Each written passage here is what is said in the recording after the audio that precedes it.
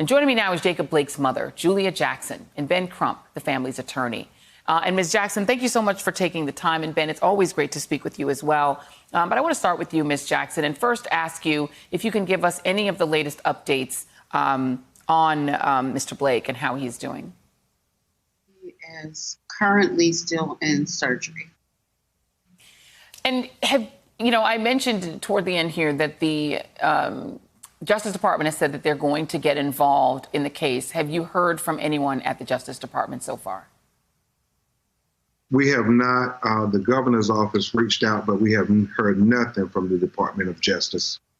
So the governor's office has reached out. And what did the governor's office say that they're willing to do for the family? Well, at this point, they haven't went into details about that aspect. But Ms. Jackson is very grateful to the governor's assistance for cutting through the red tape so she could visit her son in the hospital, because initially her and her pastor were turned away at the door.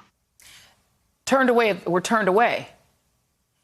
Yes. Can you describe how police treated the family? Because one of the things that's so jarring, Ms. Jackson, when you look at the video, is the fact that you can see that members of the family or the other people were there. There were witnesses all around. You could hear people screaming. You could see them really close to the officer when the shots rang out.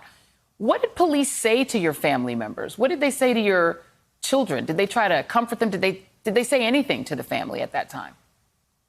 I wasn't there, obviously, so I can't really say exactly what was said or wasn't said. But did your family members indicate that police had any explanation for what was happening, or that have you heard that they said anything to your family members? No. No, I'm aware of. not at all, Joy. But what we have heard is that the person who videotaped the encounter, the police harassed that individual. And that's a trend, Joy. As you know, in George Floyd, the young lady who was filming, she got targeted as well. So what is wrong with transparency? Right. And your grandchildren were there, am I correct? 3 of them, yes. 3 of Jacob's sons. And how are they? How are they doing tonight? As to be expected. And asking a lot of questions. They mistake their dad. They want to see him. And they tell me, Grandma, the police shot my dad. Yeah. And why? And I have no answers. How did your grandkids, if you know the answer to that, in general, feel about police before this happened? What were their impressions of police? Well, even with my children, when I was raising my children, I taught them as I was taught as a child, officer friendly. So I do that with my grandchildren as well.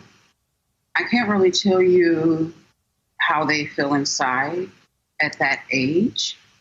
They are very young. I want it to be known that I have the utmost respect for our police departments, and I don't believe that all police officers are monsters or anything like that. There's few bad apples in every walk of life, and people make bad decisions, and they have a horrible job, and it's scary. I get that. I just wish there was more training, more something that they would choose better and learn how to diffuse a situation instead of shooting people when not necessary. In some cases, it may be necessary, but in this case, in several others, it was not. So I'm not trying to, just for the record, I'm not trying to demonize police. I have some officers that I am very close to, and have a good relationship with them. And you all prayed together at the hospital? Oh, yeah, we did. And I gave a big hug, and we had a nice conversation. And all of the officers that assisted me and escorting me to and from Jacob's room were phenomenal.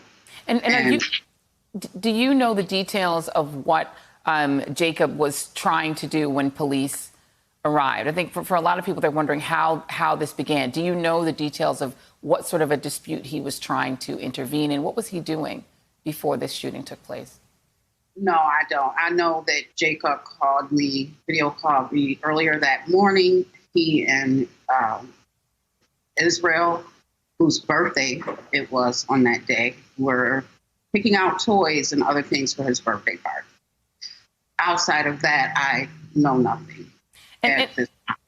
And Ben, the thing I think for a lot of people is that the whole incident seems very murky. It's very difficult to understand how things would escalate to the point where an officer would get so close to a man, an unarmed man, and just begin shooting him. Have police explained from their point of view what happened and why he was shot, why Jacob Blake was shot? They have not, Joy. And what they have said is, don't rush to judgment. We have to put it all in context.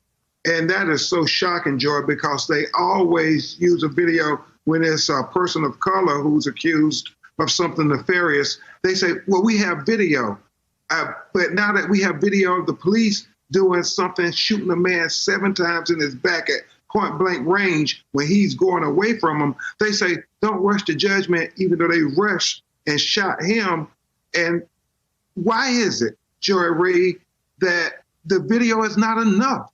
We saw what happened. The video speaks for itself. So we are saying these police officers should be held accountable. Her son should not be lying in surgery, fighting for his life. And the last question to you, Ms. Jackson, do you want to see the officer arrested? Most definitely. Mm-hmm. I'm sorry that all of this has happened. But yes, there definitely has to be some serious consequences. When we make bad decisions, there's consequences, no matter who you are. Hey there, I'm Chris Hayes from MSNBC. Thanks for watching MSNBC on YouTube. If you want to keep up to date with the videos we're putting out, you can click subscribe just below me or click over on this list to see lots of other great videos.